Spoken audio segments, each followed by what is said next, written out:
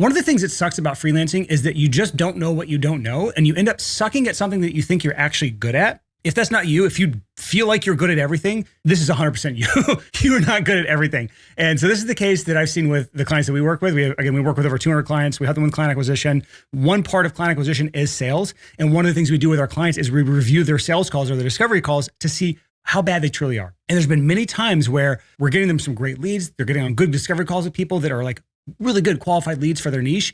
And then they end up not closing them. And once we dive in and look at their calls, we realize they're making this mistake, or a version of this mistake. And you're probably making a similar mistake to this as well. They're falling into the mistake of what I call spa menu pricing. You have a good discovery call with someone, it's going to be a good fit, and you give them sometimes quite literally a PDF or a slide of was essentially a spa menu. If you've ever been to the spa and they're like, here's the menu of options you have here at this beautiful spa. You can do this treatment or this treatment or this treatment.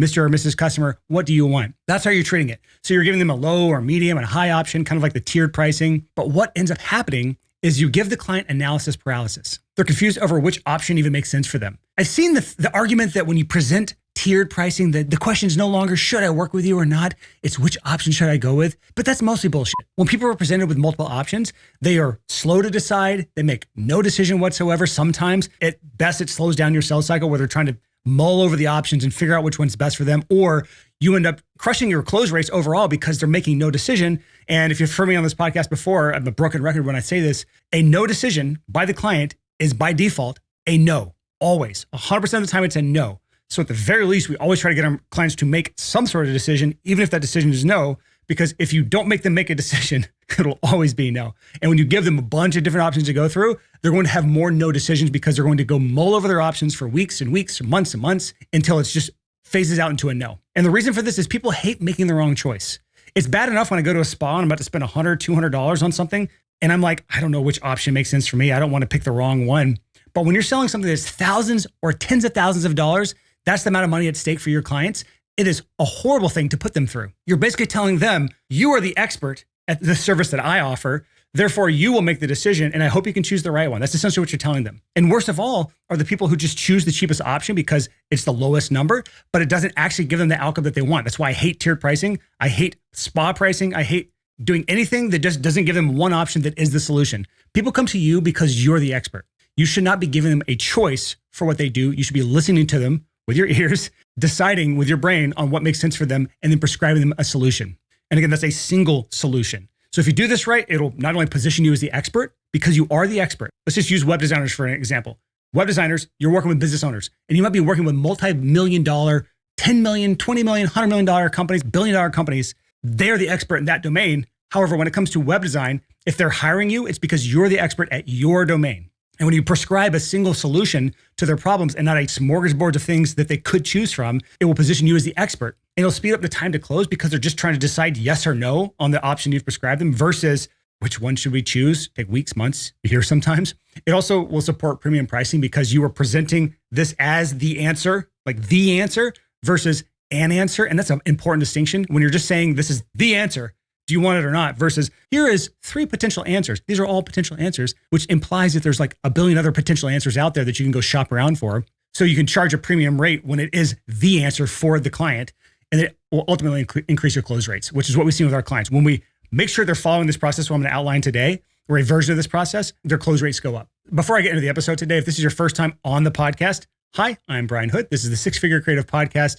The Six Figure Creative as a whole is a team of like 10 people now. We have some awesome, amazing people as a part of the team. We've grown a lot over the last couple of years. And my goal with this podcast and with the company as a whole is just take a lot of outside influences from other industries, other niches, other business models, and bring them to freelancers and help you adapt them to your business in a way that makes sense for you. Because I preach that we should not be inbred business owners. Inbred business owner is a non-diverse gene pool that we're going to. We're just looking to other designers for how we run our design business. We're just looking at other music producers for how to run my music production business. We're just looking to other copywriters for how I should run my copywriting business. It's a horrible way to run your business because most freelancers don't know how to run a business. So we looked at outside industries like the SaaS industry or the online marketing world or just the general business world or the agency world, people who have truly have good business acumen and they have come up with great processes or best practices for solving problems. And then we bring them back to this community. So if that sounds like something you're interested in, you're at the right place here at the Six Figure Creative Podcast.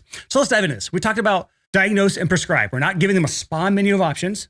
We're trying to diagnose, like a doctor, diagnose the problem that they're having and come up with the solution, not a solution, the solution. to the problems based on what skill set and what talents and what packages or package you can put together for the clients. And before I even get into this, if you offer a truly customized thing, get really good at on the fly coming up with packages that make sense for the client. I call this modular packaging. There's probably something in the podcast backlog, but modular pricing or modular packaging is when you just take up modules, like think of them like little square building blocks of things you could offer a client. And you just have those in your pocket that you can pull out to build together really quick, rapidly, a solution for the client on the call, along with pricing, preferably. If it's too much to do that, you can always put it together after the call, but you're gonna have a lower close rate if you do it that way. So let's dive into this. First, diagnose. I'm not gonna go over the full discovery process. I have past episodes on this, and I'll give you a resource for where to learn like a really good discovery process that works well for freelancers. But the first part of this is just clarifying your current state for the people you're talking to. When you're on a call, figure out the current state. Where are they at right now? Figure out the future desired state. Where do they want to be? AKA, what do they want? What do they need? Always discuss the timeline at this point, by the way. Have a list of questions to figure out what are their goals.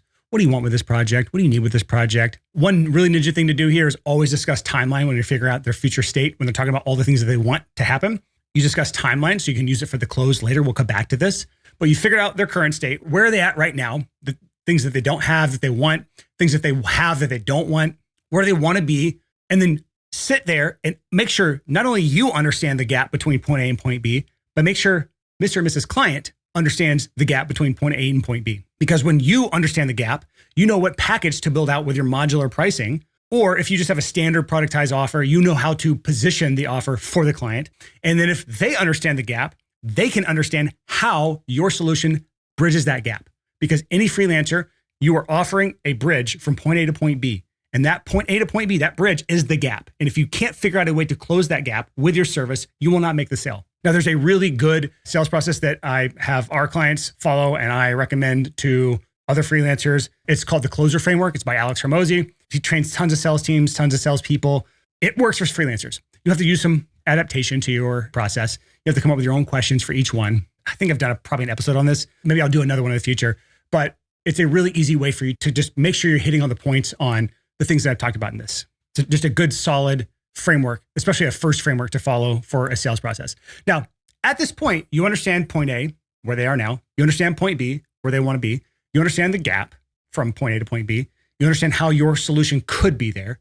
Now, before you even get to the prescription, you need to decide, can you actually help them? Do you have the capabilities? Do you have the skill set? Do you have the talent? Do you have the maybe team if you're a smaller agency? Can you actually help them? And is this the kind of project or the type of client that you actually want to work with?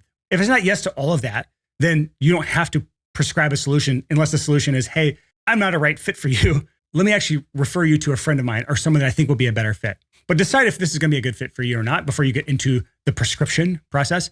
But now we move to prescribe. And this is the part that most freelancers screw up. I've seen tons of freelancer calls in a lot of different industries. You're pretty good at the discovery process. You're pretty good at understanding what the client wants, what the client needs, understanding what that gap is. You're not great at presenting the gap, making sure they understand the gap as well, but you generally understand the gap. So that part's not a huge issue that I see. But the prescription process is the issue, which is why we're having this episode in the first place. One clear solution to the problem. And you could say something like, based on everything you've told me, here's exactly what I recommend to get X, Y, and Z. X, Y, and Z just is the goal that they want or the pain they want gone or whatever. And you can, again, word it however you want. And then explain what's exactly included. Do this briefly. So you can say something like, it includes A, B, and C. It's everything you need to make sure that this outcome happens. The mistake I see freelancers make here is they go into really meticulous minutia details of all the crap, feature vomit that you're doing for your client. Ultimately, the client doesn't care about a lot of that stuff. And generally, if they do care about it, they'll ask you about it. So what I have most people do and suggest everyone do, almost all of our clients do this, and almost everyone listening or watching this show should be doing this. When you're talking about what it includes, what you can do to help solve their problems, all the things that will make the outcome happen or the pain go away or the pleasure that they're going towards happen, you make it really short and to the point. I'll do X, Y, Z, A, B, C. And then you can ask them if they have any questions about any of those things. Because what happens is you end up boring them. They check out, they zone out, they start piddling around their phone or their computers. They just start getting a blank look on their face because you're giving them a lot of information. Like you're just brain dumping, word vomiting on them, too much information of things they don't care about. But when you give them a short version of this and they're able to just ask the questions about the things that they're curious about, now you can spend times on the things that they're truly interested in. Now you get massive bonus points here if you can tie the package or the elements of the package specifically back to solving each and every pain point or goal that they brought up on the call. So when they brought up this goal, you took great notes. This pain point, you took great notes. And now you know, here's the pain points they have. Here's the goals that they have. And all the things that I just said in this package, here's how this solves that pain point. Here's how this helps you reach that goal. And this not only helps them understand how your package is, again, the solution, not a solution, the solution. It also shows that this is truly what they need and not just some canned thing. Even if this is a productized service and you position this correctly, it's not just some canned thing that they can go get off Fiverr.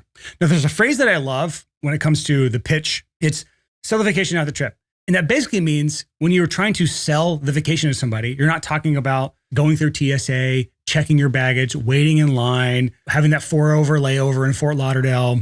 You're not talking about sitting in a middle seat between two smelly people that are both sleeping on you. That's the trip to get them where they want to go. But when you sell the vacation, you just talk about what they're going to be doing. Sipping drinks by the beach, having a food tour in a cool location, having a cooking class, all the things that they want in order to relax or unwind or explore or adventure, not all the crap it takes to get there. So when you're talking the client through all the things you're going to help them do, spend very little time on the nitty-gritty details of it and focus all the time you can on the vacation, the outcome, the result. And once you've done that, once you've done the pitch, they understand what it all is, how it solves the problem, how it fills the gap. Before you talk numbers, just confirm that there's alignment and say something like, hey, does that sound good to you? Does that sound like what you're looking for? And you'll get a range of answers. It can be anything from a, yeah, I think so. In which case it's an absolute no. Or you'll get like a, hell yeah, that's exactly what we're looking for. And that's obviously enthusiastic. If it's enthusiastic, it feels like they truly are saying this is what they're looking for. Go to numbers, talk pricing. If they seem some hesitancy, just ask the question. So it doesn't sound like you're super confident. Like, what is missing here? I just wanted, before we go any further, I just want to make sure this is actually what you need.